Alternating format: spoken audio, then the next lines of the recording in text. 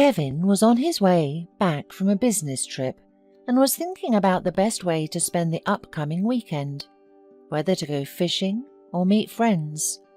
It was raining heavily, and the windshield wipers were struggling to keep up with the torrents of water.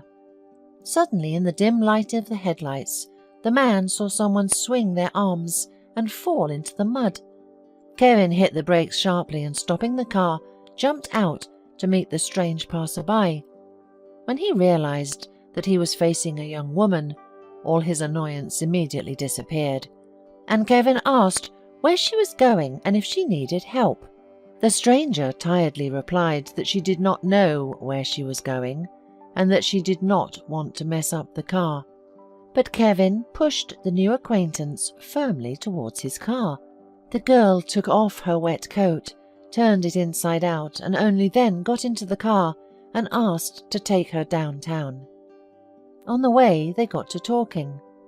The girl's name was Megan. When she was 12 years old, her father died in an accident, and her mother decided to return to her hometown. There she met her first love and married him, but it turned out that the man liked to drink. At first, her mother tried to cure her new husband of drinking, but soon she herself began to drink with him. Megan tried to change things for a long time. She even hid both the money and the alcohol, but it did not help, and soon the stepfather began to molest Megan. She always managed to escape only because he was drunk.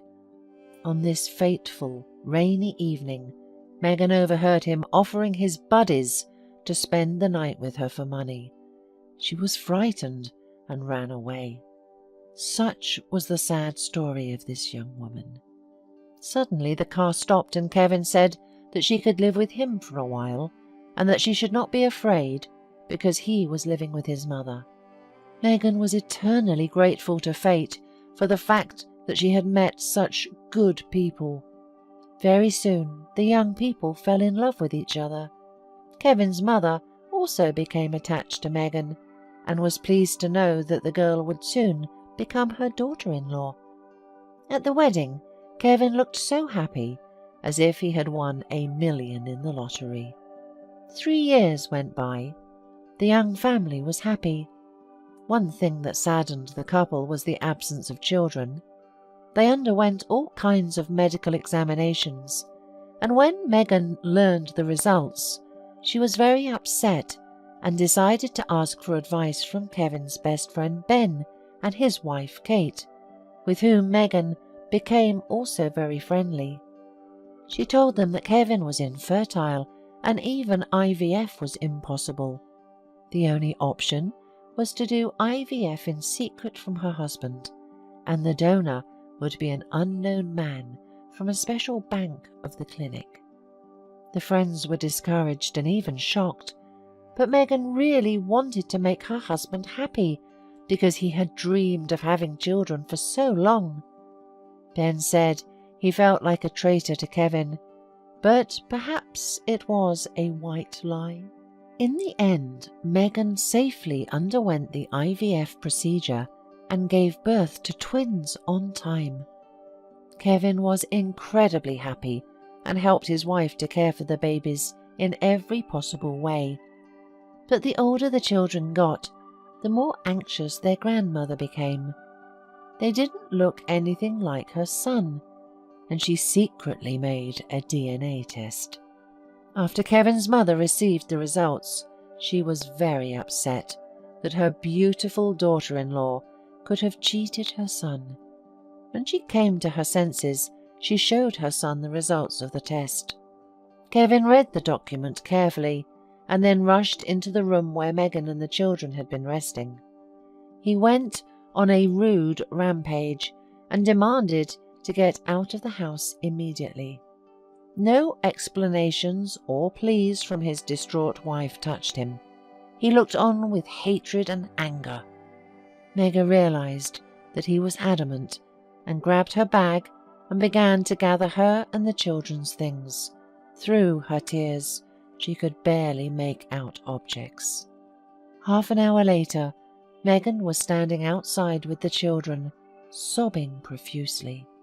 Desperate, she called Kate, who immediately said Megan and the children could stay with them until Kevin came to his senses. A month passed. One day, Ben saw Kevin drunk in a bar. As he approached him, he heard a sob story about an unfaithful wife. Ben indignantly called his friend an idiot and dragged him outside, explaining that Megan had taken advantage of the IVF procedure and had not cheated on him with another man, and that she wanted Kevin to know nothing about his infertility because she didn't want to hurt him. Kevin was confused and didn't know what to say. Then Ben said that all this time his wife and children had been living with him and Kate, and Kevin could clean himself up and try to make peace. The next day, Kevin stood in front of his wife and apologized to her. Megan could barely contain a smile, but she was pleased that things had finally been resolved. Her mother-in-law also apologized to Megan. All that time, she had been blaming herself for that rash move with the test. A few months later, when all the excitement had subsided, Megan announced to her husband that she was expecting a baby. Kevin looked at his wife in confusion. Had she really done IVF again? Megan laughed and said it was just a miracle. She was pregnant with his baby. Kevin couldn't believe his ears, because he had already accepted the doctor's verdict. But Megan smiled and said that most likely their love had overturned all verdicts.